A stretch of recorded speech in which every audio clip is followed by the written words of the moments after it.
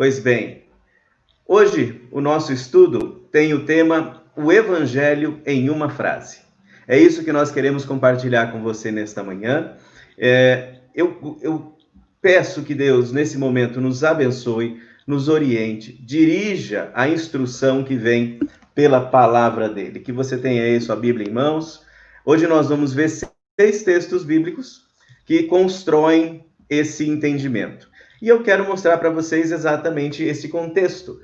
O Evangelho em uma frase. Você já pensou que é fundamental para que você, no seu crescimento espiritual, você assimile este conhecimento? Primeira coisa é a informação. Segunda coisa é transformar a informação em conhecimento. Terceira coisa é transformar conhecimento em sabedoria por meio do uso prático desse conteúdo na sua mente e no seu coração. Então eu quero trazer para você, antes de falar do Evangelho em uma frase, eu quero mostrar para você, lembrar a você os pilares do cristianismo. Muitas vezes nós vamos de um lado para o outro com muitas doutrinas, teorias, mas vamos voltar para os pilares. Vamos voltar para aquilo que nós entendemos que é exatamente o elemento que une o cristianismo. Todos aqueles que creem que Jesus Cristo é o Filho de Deus, que veio à Terra, viveu vida perfeita, morreu na cruz, derramou o seu sangue para pagar o preço do meu pecado, do seu pecado, e assim vencer a morte, ressuscitando ao terceiro dia, indo assunto aos céus, mandando o Espírito Santo, dando poder para que a igreja testemunhe e conte a respeito dele. Esse é o cristianismo. E quais são os pilares desse cristianismo?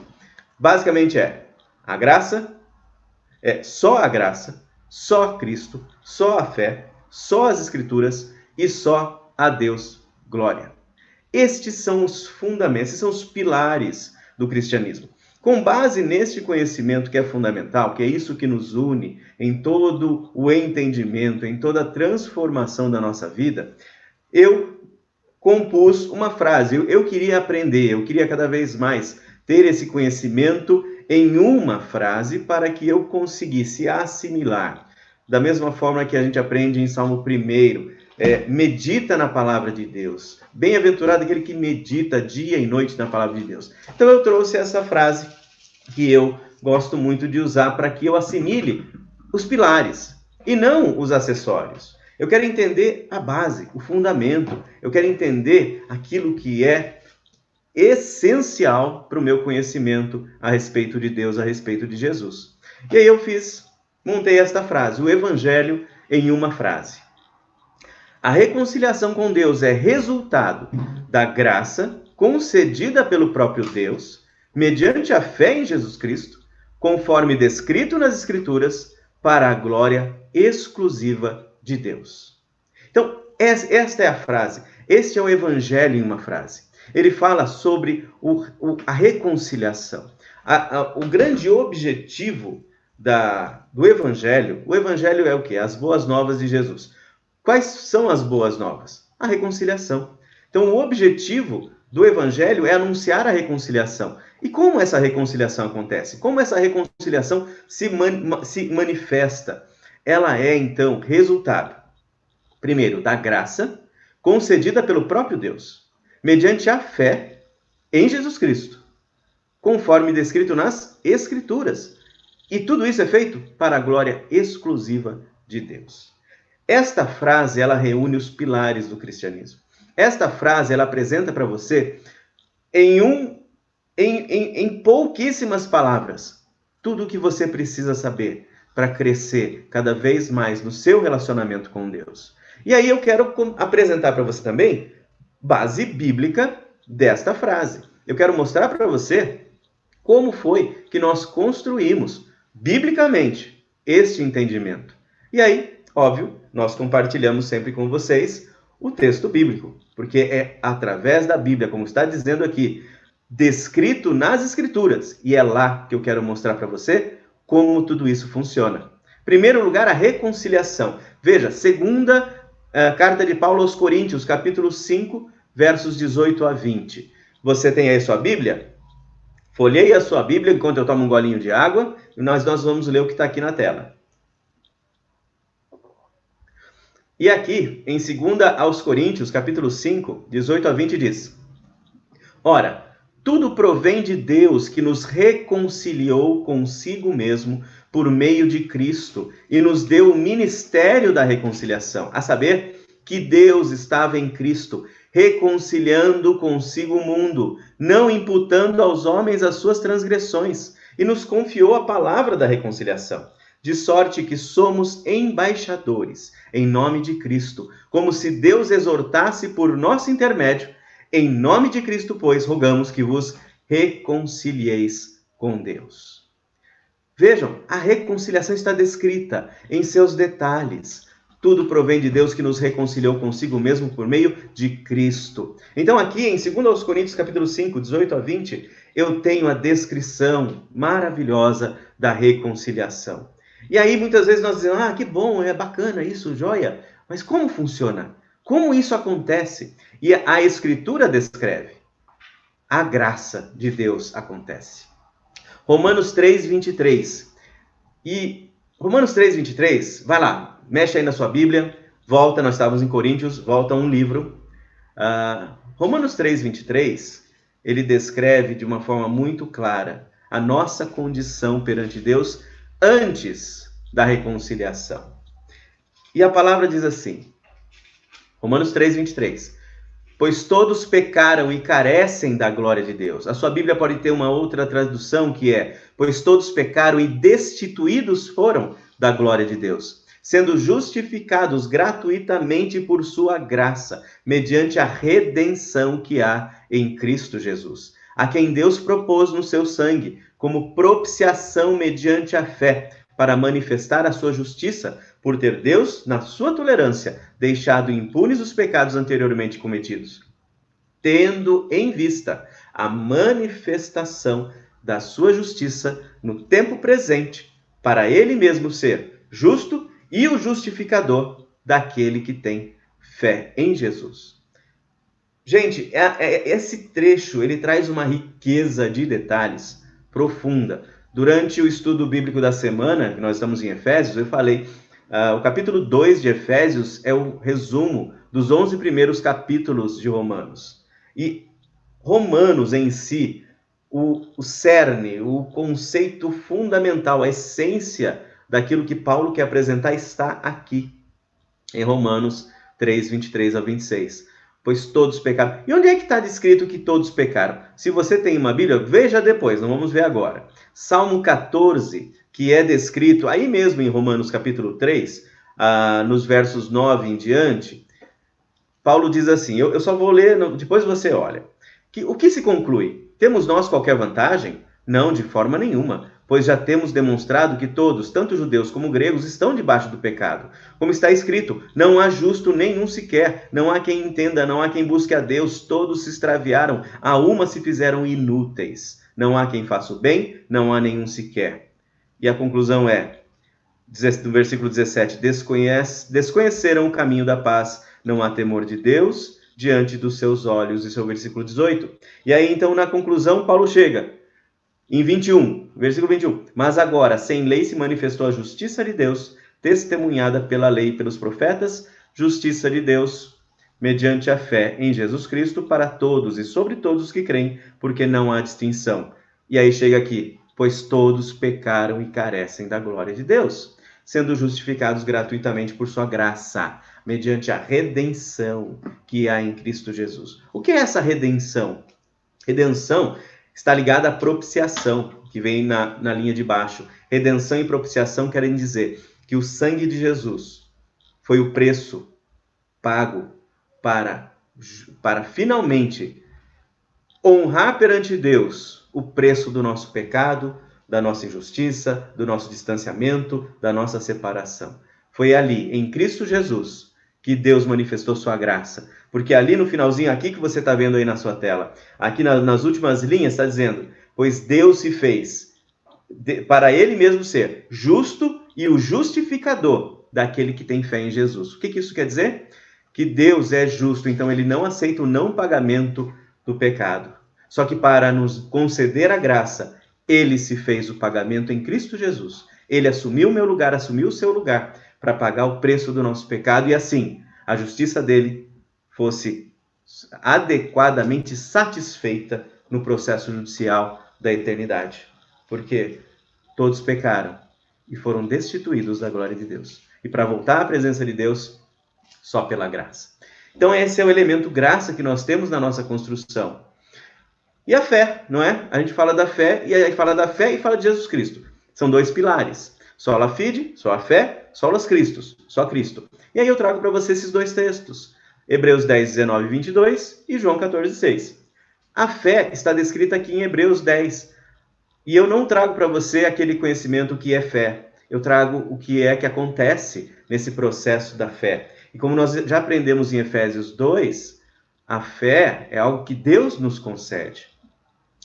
A reconciliação com Deus, ela vem por meio da fé. E isso não vem de vós, é dom de Deus, não de obras, para que ninguém se glorie. Lembram?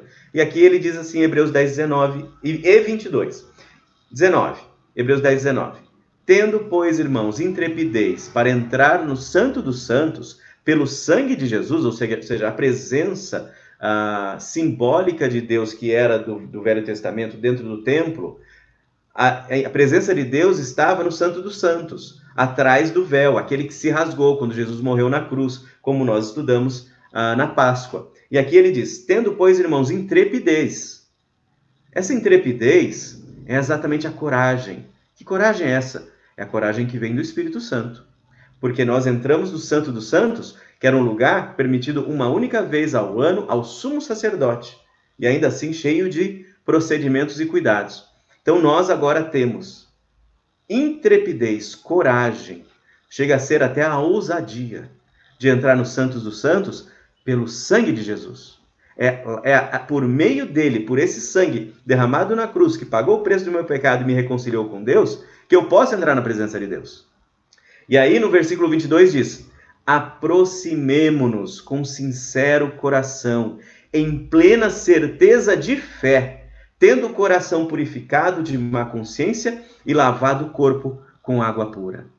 No Velho Testamento havia um procedimento de purificação antes que o sacerdote entrasse no santo lugar e, consequentemente, no Santo dos Santos. Ele tinha que se lavar, se purificar. E aqui, o conceito é espiritual. No versículo 22 diz, aproximemo-nos com sincero coração em plena certeza de fé, tendo o coração purificado da má consciência e lavado o corpo com a água pura. Isso é elemento espiritual. Nós nos achegamos na presença de Deus com sincero coração. De que forma? Essa intrepidez está ligada a essa plena certeza de fé. Muitas vezes a gente usa o exemplo com relação à fé, que ela é confiança. E faz tempo que a gente não se reúne na igreja, não é? E aí a nossa igreja aqui, o nosso local de reunião, ele usa umas cadeiras pretas de plástico e ferro. E aí normalmente você senta, você dá uma olhadinha na cadeira, vê se tem nada para você sentar em cima, né? Uma poeirinha, alguma coisa, você passa a mão. E você solta todo o pezinho do seu corpo, né? Em cima daquela cadeira. Você depositou naquela cadeira, muitas vezes, muito mais confiança e fé do que você deposita em Jesus. Porque você não verificou se essas pernas da cadeira sustentariam o seu peso, se ela não estava com algum problema mecânico que viesse a romper. Aquelas cadeirinhas de plástico que em alguns lugares nós temos e vemos, não é? Elas já quebraram tantas vezes com tanta gente, até comigo, que sou tão pequenininho, já quebrou, não é? E a gente deposita confiança numa cadeira. Então, esse exercício de acreditar e ir com intrepidez, com coragem, e lançar exatamente a nossa eternidade nas mãos de Cristo, é exatamente o exercício de fé. E é isso que descreve aqui a carta aos Hebreus. E aqui você vê, aproximemo-nos com sincero coração. E a palavra aproximemo-nos quer dizer relacionamento. Creia, confie que pela obra de Cristo você tem agora acesso a Deus. O véu foi rompido, o véu foi rasgado, o véu que separava já não separa mais. E agora você tem acesso direto a Deus pela fé. É isso que você coloca em prática no seu dia a dia pela fé. E é essa fé em Cristo, e é por isso que nós trazemos aqui. A fé é em Jesus, não é fé na fé. Porque muitas vezes se considera, eu sou uma pessoa de muita fé. Fé em quê? Em fazer uma fezinha na lotérica? Não é essa fé que nós falamos. A fé, ela tem que ter objetivo. A fé tem propósito. A fé tem foco. E esse foco é Jesus. E aí nós entendemos, porque Jesus, no Evangelho de João, capítulo 14, verso 6, ele mesmo diz: respondeu-lhe Jesus: eu sou o caminho e a verdade e a vida. Ninguém vem ao Pai senão por mim. Então é fé, essa fé de se achegar a Deus pelo único caminho que Deus concedeu, que é Jesus Cristo. Então é fé em Jesus. Seguindo adiante, Escrituras. Como é que eu sei tudo isso? Com base nas Escrituras. 2 Timóteo 3, 14 e 17. Vai lá, vira aí suas páginas. Faça as suas anotações. E lá em 2 Timóteo, capítulo 3, carta de Paulo a Timóteo. A segunda carta de Paulo a Timóteo, capítulo 3, versos 14 a 17. Tu, porém, permanece naquilo que aprendeste e de que foste inteirado, sabendo de quem aprendeste, e de que desde a infância sabes as sagradas letras que podem tornar-te sábio para a salvação pela fé em Cristo Jesus. Toda a Escritura é inspirada por Deus e útil para o ensino, para a repreensão, para a correção, para a educação na justiça, a fim de que o homem de Deus seja perfeito e perfeitamente habilitado para toda boa obra. É nas Escrituras que nós temos toda a revelação, todo esse conteúdo, tudo que nós temos apresentado ao longo de tanto tempo, para que você venha aprender mais de Deus e assim possa se aproximar mais de Deus, como Hebreus disse, aproximai-vos, não é? Achegai-vos, como diz, vamos ver o texto aqui, aproximemo-nos com sincero coração, é tudo que está descrito na Escritura. É através da Escritura que cada vez mais você conhece Deus. E é com esse conhecimento que você se aproxima dele. E aí, aqui, a carta que Paulo escreve a Timóteo considera os seguintes fatos. Timóteo, desde criança, ele era orientado e ensinado sobre as Escrituras, porque a mãe de Timóteo era judia. Então ela conhecia as Escrituras. Ele era filho de pai grego, como nós estudamos em Atos. Uma série de situações, Paulo levou Timóteo com ele nas suas viagens. E aí então, Paulo, deixando para Timóteo esse prosseguir, o ir adiante, não é, no ensino e no testemunho de Jesus Cristo, na apresentação do conhecimento de Cristo, ele nos fala: toda a Escritura é inspirada por Deus e útil para ensino. É o que nós fazemos aqui. Todos os domingos de manhã, durante a semana, agora segundas, quartas e sextas, em todas as oportunidades que a igreja se reúne virtualmente agora ou fisicamente, é o momento do ensino. Número 2 é repreensão. Quem está andando no caminho errado, qual é o caminho certo? O caminho certo está descrito aqui na Escritura. Então, quem estiver andando nos caminhos errados, ele será repreendido com base nas Escrituras. Então, para isso a Escritura serve, para repreender. E repreender quer dizer o quê? Só chamar atenção? Não. Repreender quer dizer, chama a atenção de quem está no caminho errado para que corrija-se. E aí vem a correção, para vir ao caminho correto. E essa correção, ela traz num aprendizado contínuo, dia após dia, crescendo escadinhas. Isso significa a educação na justiça. Educação, você não adquire educação de um momento ao outro. Muitas vezes na televisão a gente vê muita gente com muita falta de educação. Em todos os lugares do ambiente brasileiro, como você já deve muito bem ter percebido. Isso é falta de educação. Mas aonde que nós aprendemos educação? É de uma hora para outra? A educação se constrói. A educação é passo a passo. Por isso que Provérbios, ontem, na reunião pela manhã, na reunião do Projeto Ana, o pastor Pedro trouxe uma palavra em Provérbios. Ensina a criança no caminho que deve andar. E ainda quando for velho, não se desviará dele. O que tem nesse contexto? Educação na justiça. Dia a dia, tempo a tempo, momento a momento, vamos que vamos, refletindo na palavra do Senhor, como diz Salmo 1. Bem-aventurado aquele que não anda no meio do mundo, antes do seu prazer está na lei do Senhor e na sua lei medita de dia e de noite. Ele será como a árvore plantada junto a ribeiros de águas, que no devido tempo dará o seu fruto. Então, gente, leva tempo. Educação na justiça leva tempo, demanda dedicação, demanda compromisso, demanda perseverança. E isso constrói santificação. E isso está para nós aqui. Porque tem um propósito. E olha o propósito aí no versículo 17. A fim de que o homem de Deus seja perfeito e perfeitamente habilitado para toda boa obra. Ah, boa obra, então tem que fazer boa obra. Depois, em que a boa obra, ela não serve para te reconectar com Deus. Para te reconectar com Deus, só a graça, como nós já vimos. E, por fim, tudo isso se realiza porque, voltando um aqui, que eu passei um, e os nossos, muitas vezes o meu PowerPoint aqui, ele é mais rápido do que a mente. Aí, vamos para baixo. Escrituras e, por fim, glória somente a Deus. Esse é o propósito. Tudo isso, Deus amou o mundo de tal maneira, João 3,16, para que todo aquele que nele crê não pereça, mas tenha vida eterna. Deus deu seu próprio Filho para isso. Para quê?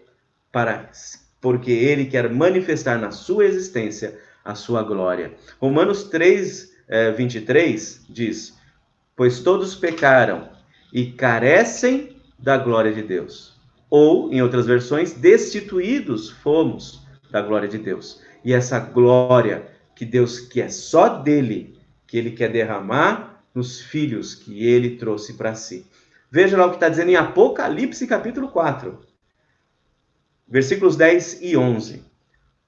Então, último livro da Bíblia, vai lá. Muito bem, chegou?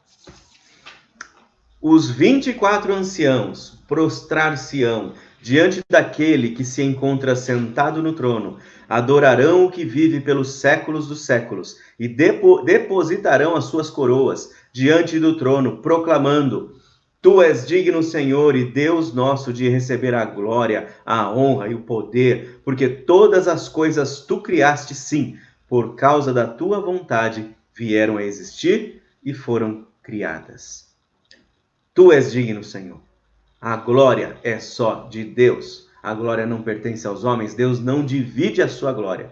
Tudo que ele fez é por conta da honra e glória dele e por amor a você. Sobre você ele derramou amor. E agora dele é a honra e a glória na nossa vida, na nossa existência.